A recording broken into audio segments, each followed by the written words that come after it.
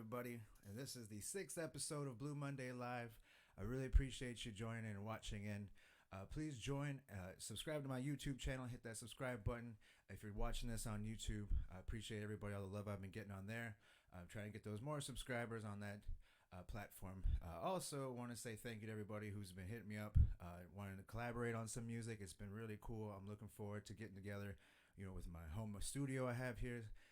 Looking forward to a lot of projects coming up. Just trying to stay super positive during these crazy times. Real quick, I want to do a quick shout out and promotion. This Sunday, July 5th, 2020, be sure to check out Miss Lavelle White's live stream. It'll be her 91st birthday. Miss Lavelle White is an Austin icon, and we're very grateful to have her around, and she's be putting on this live stream. So check it out on her Facebook page. I believe Marshall Ball is going to be on there as well.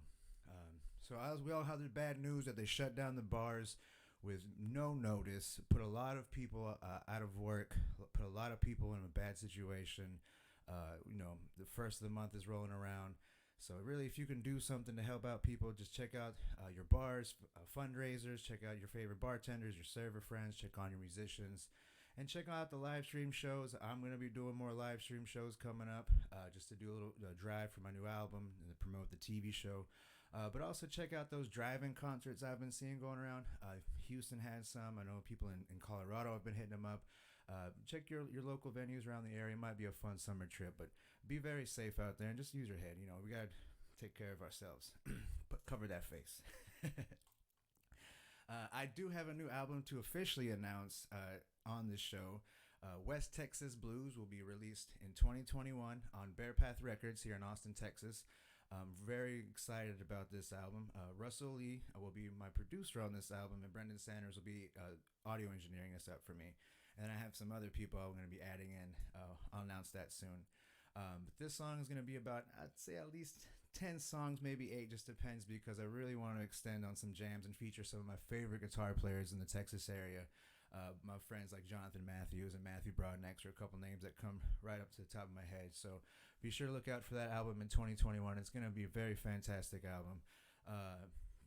Speaking of the album, please check out my Patreon page. That's where I'm going to be funneling everything through. Just going to get started with that. Like I said, we're going to have about a year before I release this album. So really, you're going to get the very early stages. You get the insight on that. Get all the exclusive content. Check out what's going on with that. And as I promote that, I also want to say thank you. I know I had a shout out from Lori Gallardo the other day on KUTX. I also had been having some features in the Statesman. Thank you, Deborah, so much. Appreciate you for this. Really a coach playing my music on the Wimberley Valley Radio, KAZI. Really, it's just a lot of the bat. It's another one in Austin, Texas. So really, just thank y'all so much. It's a weird time to be a musician. I don't know how else to explain it, but thank you so much. And as I'm saying thank you, I want to go ahead and do a quick shout out to my 2020 donors. I'm just going to put that page up and say a quick shout out to everybody.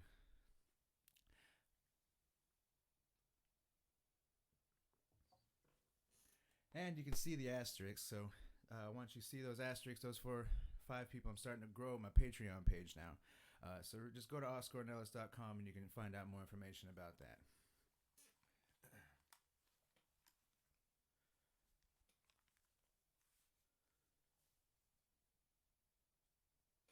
All right.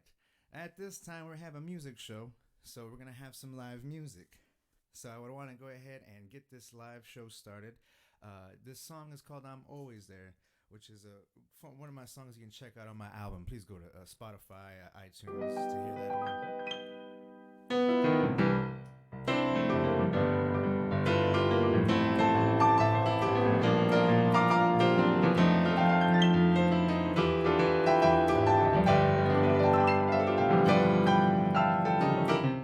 I give you everything I can, but it never seems to be enough. Oh, I tried to be the man that you needed me to be. Well, I sit here singing my song about how you treat me so wrong. But it's my whole damn fault for ever trusting you. Every day I feel so blue.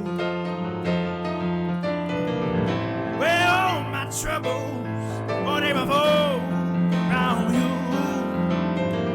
Well, don't you think that I don't care? 'Cause every time that you need me, oh, you know I'm always there. You can't compare my love to any other man. Someday, darling, I swear you're gonna understand. When you wanna settle down, you're so tired of fooling around. Well, I'll be here waiting, just waiting for you. Come home to me. Every day I feel so blue. 'Cause all of my troubles, well, they revolve around you. Well, don't you think that now I don't care? Well, every time that you need me, oh, you know I'm always there.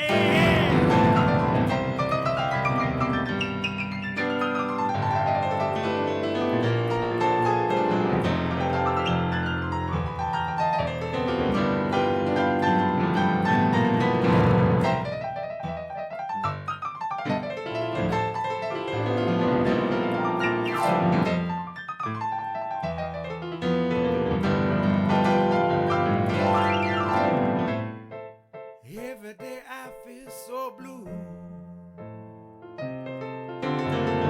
Well, my trouble, they revolve around you. Well, don't you think that now I don't care?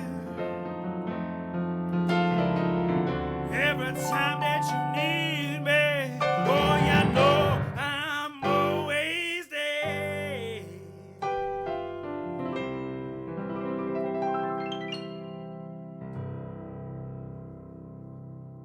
I'm always there. One of my favorite songs. I get to play that song very often. I miss playing that with my friends and playing that one live. Speaking of my friends, I'm gonna set you up for this next interview real quick. Let me get a sip of my water. Now, it was the end of April, Odessa, Texas, 2000 something, a year or two ago. I'm gonna say last year. I was going out there to play some shows with my buddy on drums, Richie Puga. Jonathan Matthews was on guitar with me. We went out and played three shows, I want to say, in the Midland, Odessa area for the Tall City Blues Festival folks out in the Midland, Odessa. Check that festival out. And then I played, it was like the Hemingway in Odessa, Texas. Amazing cigar bar. I love playing in a place you can still smoke a cigarette in. Don't smoke. And then we played, it was a place in Midland. But anyway, it was a great time, the Beer Garden. So I got to meet Hans, though, at this time. He played bass for us that weekend. It was a good buddy of Richie Pugas, and got to meet Hans. I had a trip to Europe scheduled at the end of the summer last year, and I added some Swedish dates through Hans, and I got the chance to play with some amazing musicians. You're about to see him on a photo I'm going to put up here in a second when I get Hans on the phone. So shout out to my buddies out there, Mats and Freddie and Mikael, who's helping me out get some more shows out there, and Karina, who's my publicist out there as well. So I appreciate y'all doing the work. I'm going to be back out there in 2021, one of these days. But I'm going to get Hans on the phone, so stand by with me.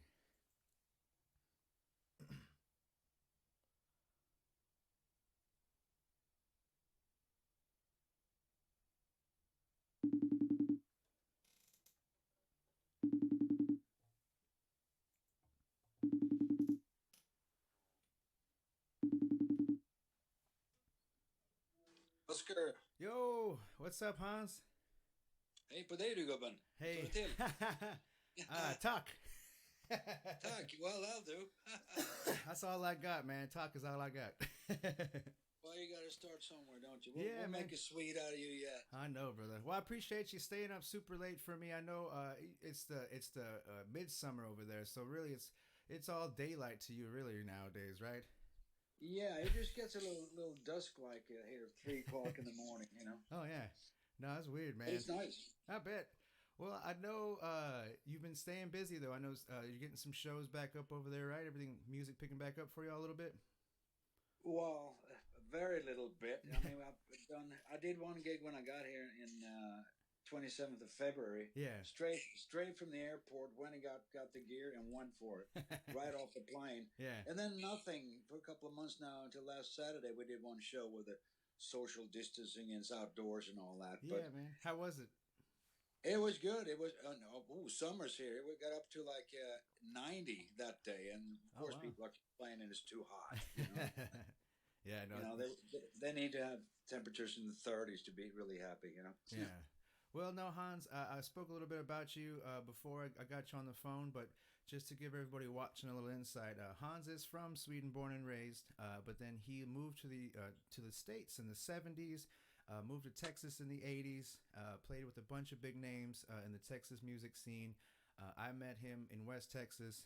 So I want to dive into Hans's. How did you end up in the United States of America in the 70s? Well, I turned left at Greenland. That'll get you there. Now, back in the 70s, it became popular to go to the States Yeah. and especially California and all that, and all the hippies and things, and want to check things out and all that, Yeah. and everybody came back. A friend of mine went, and we used to play guitars together. He came back, and he'd taken guitar lessons out there. Yeah. He came back and absolutely smoked me, you know. And Yeah. I said, "How do you learn that?" I said, "Well, they got good guitar lessons." Over here was classical guitar, read sheet music, and rock and roll and jazz and all that. Yeah. You were on your own. You had to go to a music store and get one like Beatle book with a little chord charts in the back and try to figure it out. Man, You know, that's different but times. yeah, he came back and played scales and all kinds of stuff, Yeah. and I thought that's what I want to do. So I packed up and got a little job, saved up some money, and left, and basically never came back. Yeah. And then you ended up in L.A., East L.A. for high school to finish up school there, right? Yeah, I finished high school in East LA. Yeah. Tell me about how you made it all the way from East LA to Texas, because there's a lot of mileage in between there. Oh yeah, no, I was on a trip, and I was wanting to go to New Orleans, Yeah. New Orleans, Now. and in New Orleans, I met this lady that later turned into my second wife, Oh and yeah. she went to UT, so I Yeah. moved to Austin, Oh really? and really fell in love with Austin because compared to LA, it was a small town. Well, that's a big town now, but it was tangible back then, you Yeah. know, and really cool people, and it was more like a city like it is in Europe, you know, except for Stockholm and London, but Yeah. you know. Well, no, definitely. I mean, in that time, that migration, a lot of musicians made it to Austin, Texas. It's always been a mecca, for this region for music. That like New Orleans as well. Both of those cities are dear to my heart. Oh yeah, Yeah. absolutely, absolutely. And it was just, and people in Texas were just so nice, you know. California was a little bit have a nice day, and you didn't know Oh yeah. whether they meant Oh it no. or not, you know. We are I mean, all no offense to California and all that, but no. Texas just turned out to be. Well, I believe Texas means friendship or friend or something, right? Like that. Yeah. No, I know Texans. They're all really super friendly to your face. We do that to people. We have that courtesy at least. Yes, you're very polite, you know. Oh yeah, no, and so I know you got involved in the music scene here in the early '80s. So tell me about some of your very early music scene when you first got to the Austin, Texas area. Like, what did you do music wise? Well, I put a little ad in a music store, Yeah, and because I didn't know anybody, I just yeah, didn't know anybody really. And this band called me, and they were called Midnight Express, and they yeah. played on the east side. It was a soul funk / blues band, Hell yeah, and I guess they wanted a token white guy on guitar, you know. yeah. Someone to talk to the bar owner to get the money. No, they took care of that, but it was really cool for this Swedish kid who's only had albums and read about blues Yeah. to all of a sudden be in the black community and be welcomed in. Oh yeah. You know, I mean, I mean, it was really something that I really treasure to this day. That here I am, a white kid in East LA. I mean, East East Austin. well, first East LA. Yeah, and you then did. Yeah, you made. Austin. So I know, And be welcomed in, But that's, music has no color, it has no race, it has no politics and all that. It goes beyond all that. And oh yeah, and that's why it's important for us, to use that music to empower, everybody, because it does transcend. Like to be able, like before we started the show, I was listening to those YouTube videos of us playing in Uppsala last Oh summer, yeah, and that was amazing, man. No, just these half these people I couldn't have a conversation with, but just play any music to them. They really were inspired and fell in love with that. Man, that would move me a lot. Remember seeing that. that was absolute magic when you were here. Thank you, brother. No, I can't Absolute. wait to get back, man. Yeah, that was the first time I played guitar with you because I played bass with you in West Texas. Yeah, man. You're a hell of a So I had bass to player. dust off the old guitar and then see if I could remember a few riffs before Yeah. you came out. Well, speaking of guitar playing, man, I got me and Hans have been friends for a while. We share emails, we talk, we stay in touch. Hans shared a photo of me from the Ronnie Scott Jazz Hall in London with the one and only Steve Gibbons. I'm gonna show that photo at the end of this conversation to everybody. But tell me about that relationship you had with Steve Gibbons and how you built that.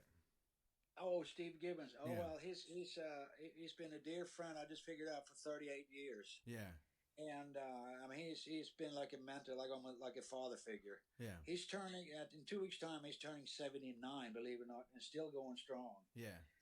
And people should Google the Steve Gibbons band and listen to some of his stuff. Oh yeah. He's great performer, great storyteller, Well, and that's and and the one thing I've learned, the blues, like it moved from the Mississippi Delta, it made it all the way to Scandinavia and England and all that, inspired a lot of great musicians. Uh, yeah, tell came us, via England. Yeah, yeah, everything comes via England. Yeah. yeah. Oh well, tell me a little bit about that because I've always been curious. You being a European and how this American tradition, this Black American tradition, made it all the way up to England and the Northern European countries. Well, like I said, everything back in the 50s and 40s and 50s, everything came into England first via the merchant ships and all that. And they Yeah, got the records, and the English started doing their version on of the American music, and then it spread to Germany, yeah. and the Beatles did, their dog ears in Germany, and then Oh from man, this. The Swedes have always had big ears. And, oh, what's going on over yeah. there? Let's have some of that. Tell me about So, the first time you saw the Beatles live on TV. What year was it over 1963, I was 6 years old. there? It was a program called Drop In, and I looked at that. I went, "Ooh, nice! They had nice suits and nice boots and electric guitars, and they had back then they had long hair over Yeah. their ears, right?" And I loved the music, and all the girls went absolutely bananas. And I thought, now that's a good job. I want to do that. No, man. And So, I've been chasing that dream, and at times living it too. oh Ever since, and yeah. So, it's amazing. I mean, I can remember that day still. yeah. It's fresh in my mind. I mean, that's how profound that was. And if we can do a fraction of that to the people that listen to us play, Oh yeah. then we've done something right. Oh yeah. No, I have found my role and my place, in the world of music, and especially like when I go to Europe, I do want to be a representative of the Texas blues scene, and I take that very serious, and I try to be as professional as I am with everybody I am over there. Uh, Well, you are. well, You are, yeah. man. I mean, luckily I didn't go over there in my early 20s because I would have got banned from the whole continent back then. No, man.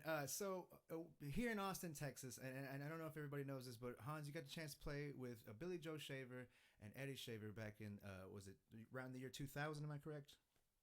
No, it was early. It was 97. I think that's 97. what I was Yeah. playing. Okay. Yeah. Well, tell me about those years you spent with Billy Joe, because I mean that's Oh, one of I mean the Texas outlaw country music. It's everywhere. yeah, it was really interesting. I mean, I had heard the name, but I was involved in blues and whatnot. Not so much country Yeah. and all that. But I got recommended, and that's the thing. Kevin Hollingsworth, the old guitar tech, great guitar player, rest in peace. His old friend has passed away now. Yeah. He recommended me to Billy, and Billy just called out of the blue one day and said, "Oh, I hear you're real good." And I, well, girl, thank you. Well, yeah. Kevin Hollingsworth told me about you, and we got a little old gig coming this Friday. And I said, "Little old gig? Where's that?" He said, "Well, it's Antone's. Just a We little want you to one. Yeah. play bass." And I said, "But I haven't heard any of your stuff." I said, "Oh, it's all right. I'll send you a set list and a tape." So I just, Yeah. I got the tape 2 days later and just wrote out charts and went and played it. And I thought it was a one off, And I mean, if it's all new to you, I mean, you look at the sheet, you have no idea what the song really goes like, but you got the chord. And after you get going, oh yeah, this one. Yeah. But I made it through fine. And at the end of the show, we had me a list of more gigs. So it was a gig addition. I stayed with that band for a couple of years. Yeah, no, I mean, and I know, like talking about it with you, it has been, just some great experiences, and really just some memorable stuff. Really, as a Swedish man, just coming and play some of that outlaw country music that is real popular in this region. Yeah. Tell me about some of your most favorite experiences though in playing music in the Texas area. Oh, in the Texas area. Yeah, Oh boy, I mean, I was thinking, well, Billy Joe, of course. It yeah, was always fun. yeah, I need to mention Jason McKenzie on drums in that lineup too. yeah. Oh Eddie, yeah, Jason, me, Eddie, and Billy. That was the band. that's It a really was. killer lineup right there. Yeah, Yeah, until then Eddie passed away, so that was yeah. the end of that. Oh yeah. No, But we it's been a understand. lot of fun. We brought over Chris Yulden, the old lead singer from Subway Brown. Yeah, There's Subway Brown, and we brought him to Texas and played some gigs and recorded an album, yeah. which never came out, and for all reasons we don't need to go into. No, we don't have that kind But of time today. no, we don't have that time Yeah. today, and No, I mean, no, it's you've lived a great career and like a great path you've been on, and I know for me personally, it's been great to have you like as a mentor for me. You've helped guide me and shared your knowledge with me, and it's helped guide me through like the past, couple years of my music life. Really, so I really want to say thank you so much for that, and thank you for taking this call with me. At this time. oh sure, sure. I mean, I've been lucky enough to have Steve Gibbons show me the ropes, Yeah, and I'll just pass it on. I mean, if somebody needs a phone number or their riff or a chord or whatever, I can help out. It what goes around comes around, and if you're open, if you're positive, and it'll come back to you. You that's know. right, brother. Well, thank you so much, brother. I want to say good night to you and let you get some rest. Tiffany over here, she wanted to tell you that she loves you as well, and she says hi. And we cannot wait to come back up there and see everybody. Yeah, and Lisa and Freddie and Matson and everybody and Kimo and Yes, Karina and Mika and everybody say hello to you. We love you guys too, man. I can't wait, man. And I can't wait to go back to them Swedish customs, but I'm not going to say anything else about that. Good night, brother. I'll talk to you soon. All right, take care, man. Love you. Later, brother. All Love you right, too, man. bye bye. Bye bye.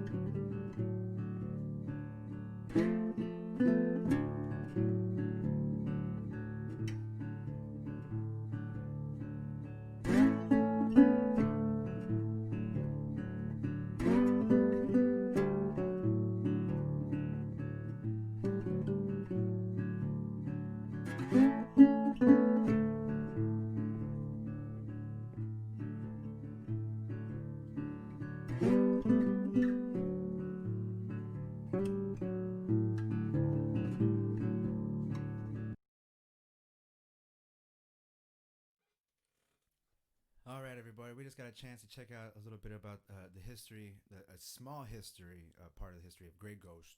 Check him out online, please. There's a lot of articles on him. He lived a very extensive life, inspired a lot of great people, great players here in the Austin area, and really just it's amazing to be able to dive into these blues segments I've been getting into. Please subscribe to my YouTube channel. You can catch all of the blues history moments, all the featured songs. And all the interviews and stuff. I'm adding more content on there, and please join my Patreon just to help support everything. But at this time, I'm gonna go ahead and call it a night and say goodnight. And thank y'all so much for watching, and we'll see y'all next week.